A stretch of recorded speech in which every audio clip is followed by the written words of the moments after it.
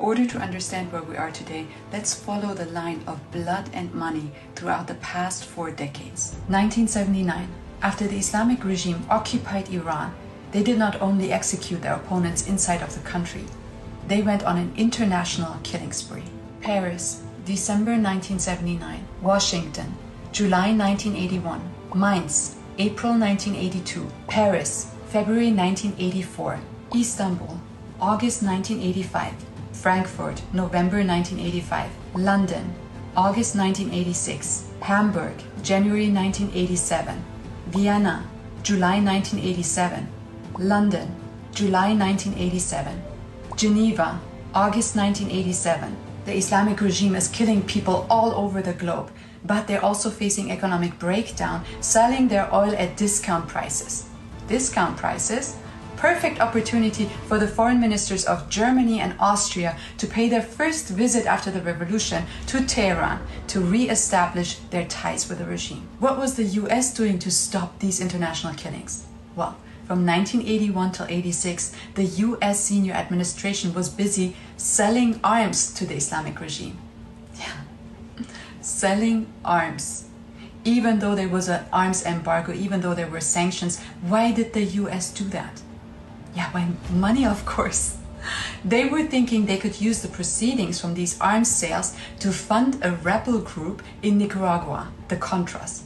Which backfired, by the way. The official story of the White House was that they were trying to do these weapon sales to free 7 US hostages that were held hostage by the Hezbollah in Lebanon. The Hezbollah. The Islamic regime funded Hezbollah. That is, killing people with arms, taking people hostage, selling them arms to free the hostages. Yeah, everybody got that, okay. 1988. Supreme Leader Khomeini issues a fatwa on the political prisoners. He forms a death committee. One of the members of this committee is Ibrahim Raisi, who right now is the president of the Islamic regime. More than 30,000 political prisoners were executed in this massacre. In the next 10 years, from 1988 to 98, a series of disappearances and murders of over 100 opposition figures, intellectuals, dissidents, and critics of the regime happened inside and outside of Iran. These are called the chain murders of Iran. One of the prominent names that are never forgotten, which are murdered in the chain murders of Iran, is Shah Bakhtiyar, the former prime minister of the late Shah and the leader of the national resistance movement of Iran. In 1981, he and his secretary were stabbed to death in their residence in France. This week is the anniversary of his murder and the murder of Feridun Farrokhzad. Feridun Farrokhzad was a well-known singer, actor, poet, TV and radio host, humanitarian, and well-loved political opposition figure. In 1992, he was also murdered in his residence in Bonn, Germany. One of the key reporters who investigated the chain murders of Iran was shot in the head and paralyzed for life. With more than 100 murders all around the globe and inside Iran, there was so much bloodshed, so much pain, that the US decided it's time for another form of diplomacy, called sports diplomacy. And in 1998, the US national wrestling team became the first team to travel to Iran and take part in 16 tournaments year after year after year, even in 2017, when the Iranian wrestler Navid Afkari, who took part in the nationwide protests in 2017 and 18, was unlawfully arrested, sentenced to death, and executed. Even his brothers and sisters were taken to prison. One of his brothers is still in solitary confinement. And with the beginning of the millennium, also began the deep friendship between the tyrants of the regime and Western companies and governments. In 2004, the president of Iran's Chamber of Commerce said, "For us, Austria has become the gateway to the European Union." Yeah, Austria was good at that, but not as great as Germany. By 2007, the German company Siemens reported a record deal of 465 million euros with the regime. By 2008, 75% of all industrial companies in Iran used German technology. That's why Germany was very eager to block all unilateral sanctions against the regime. In 2008, the German exports to the regime are at an all-time high of 5 billion euros per year. Billion. That's with 9 zeros. In the same year, the company ThyssenKrupp signed a $25 million deal with the regime, funding oppression, murder, international terrorism, executions, nuclear weapons, and all kinds of hate crimes of the regime. In 2009, during the Green Movement, while protesters like Nido Sultani were shot dead in the street, the Austrian Chamber of Commerce organized a seminar for businessmen about opportunities on how to invest and trade with the Islamic regime.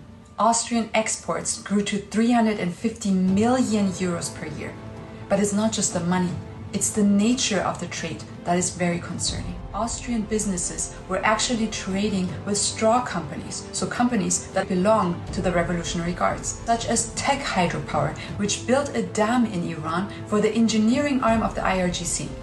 Remember IRGC? This is the regime's military, not the people's military. They defend the regime. They control the economy. They control power, energy, communications. They build energy machinery. They build banking structures. And oh yeah, they murder and rape men, women, and children. And they're also in charge of the regime's nuclear programs and missiles. They develop commercial bodies that work undercover all over the world to obtain equipment, knowledge, technology, and they're trying to circumvent sanctions by specializing on dual-purpose technology and equipment, which means that you can use that equipment for two purposes, civilian purposes like medicine, for example, but they're also essential components of the development of nuclear weapons and missiles. In 2010, the company Siemens is so much under international pressure that they announced they will pull out of Iran.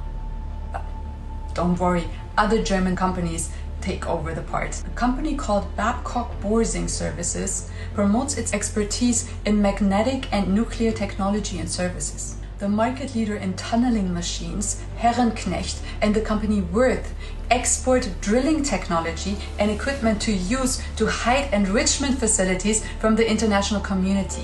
Even the delivery of truck-mounted cranes is advertised openly, even though everybody knows these cranes are used for public hangings. Monitoring and so-called security technology is sold by companies like Nokia, Siemens, Bosch, and many other companies. But an increasing amount of exports from Germany to Iran are not going directly, but via Dubai, and therefore they're not included in the official export data. That's the way to circumvent sanctions. Sanctions? What sanctions? Let's not forget that the Islamic regime throughout all these years are invited to human rights conferences or the Munich Security Conference, for example, every single year. In 2013, the Green Party leader Claudia Roth even high-fives the Islamic regime ambassador in the Munich Security Conference. High five to security all over the world. Yeah. And in 2015, of course, the Islamic regime and the world powers reached a deal called the nuclear deal, or the JCPOA, where they're lifting UN sanctions. And in 2016, everybody is just visiting everybody. The German vice president is traveling to Iran to promote trade. The Minister of Intelligence of the Islamic regime flies to Berlin to, I don't know what to do there. And President Rouhani is invited to go to Rome, where they're covering up the statues to spare them the view of nude old sculptures. In 2017, Sweden's feminist government women's delegation even goes to Iran, and all of the women there in that delegation cover up their heads with a mandatory hijab, promoting feminism everywhere, but not in Iran. At the same time, their Swedish citizen Ahmad Reza Jalali is taken hostage there and receives the death sentence for corruption on earth. And while everybody is jamming with the Islamic regime, visit me, no, I visit you, they're sending another one of their Ministry of Intelligence officials, Asadullah Assadi, disguised as a diplomat from Austria, who takes a bomb from Austria over Germany to Paris to kill hundreds of opposition figures and politicians from the US and Europe in one event. That event was thankfully stopped and he was arrested, but remember his name. In 2019, another wave of nationwide protests is repressed and stopped by the violence of the regime, killing 1,500 protesters and stopping the movement. And what did our Western nations do to stop this kind of killing? Germany, France, and the UK create the Instex mechanism by which they can continue their trade with the Islamic regime and bypass those sanctions. Belgium, Denmark, Netherlands, Sweden and Finland happily joined into the fun. In 2020, the pandemic hit, but not as hard as the Islamic regime hit its people. In January of 2020, the Islamic regime shot down a passenger flight, killing 176 people. Nationwide protests broke out, which were again leading to nationwide mass executions and people standing in front of the prisons trying to stop the madness. 3 new European dissidents were kidnapped: Habib Chab from Sweden, my dad Jamshid Sharmat from Germany, and another German citizen, Nahi Tarabi, inside of Iran. Navid Afghari, the Iranian wrestler who was arrested while the wrestling team of the US was in Iran, is executed. And by the end of the year in December, another French blogger and dissident, Ruhollah Azam, who was also kidnapped and taken to Iran, is executed. At the same time, the foreign minister of the Islamic regime, Mr. Zarif, is invited to Germany, France, UK, Spain, and Italy. And all of these countries are combining their efforts to prevent the snapback mechanism of the JCPOA, because the regime didn't follow what they promised, and now sanctions could be reapplied, and Western governments don't like those sanctions. In 2021, in Khuzestan, nationwide protests break out after a fatal water shortage, and again the regime is all over the place, killing men and women, and activists ask the Western nations, help to stop this. Well, what does the world and the UN do? They promote the Islamic regime to the UN's Women's Rights Commission. In February 2022, the sham trial of my father, German hostage Jamshid Sharmat, starts in Tehran to decide if he will be condemned to death by the regime. At the same time, Germany invites the foreign minister of the Islamic regime to the Munich Security Conference to talk about, and I quote, the art of the deal, Iran and the future of the JCPOA. And later on meets with the German foreign minister Annalena Baerbock to save my dad's life, to free the hostages, to do anything human life related? No, silly. Follow the line of money and oil and you will see this talk was of course about the revival of the JCPOA. And while the innocent people all over Khuzestan and all over Iran are butchered by the regime, the president of Austria congratulates the incoming president Raisi.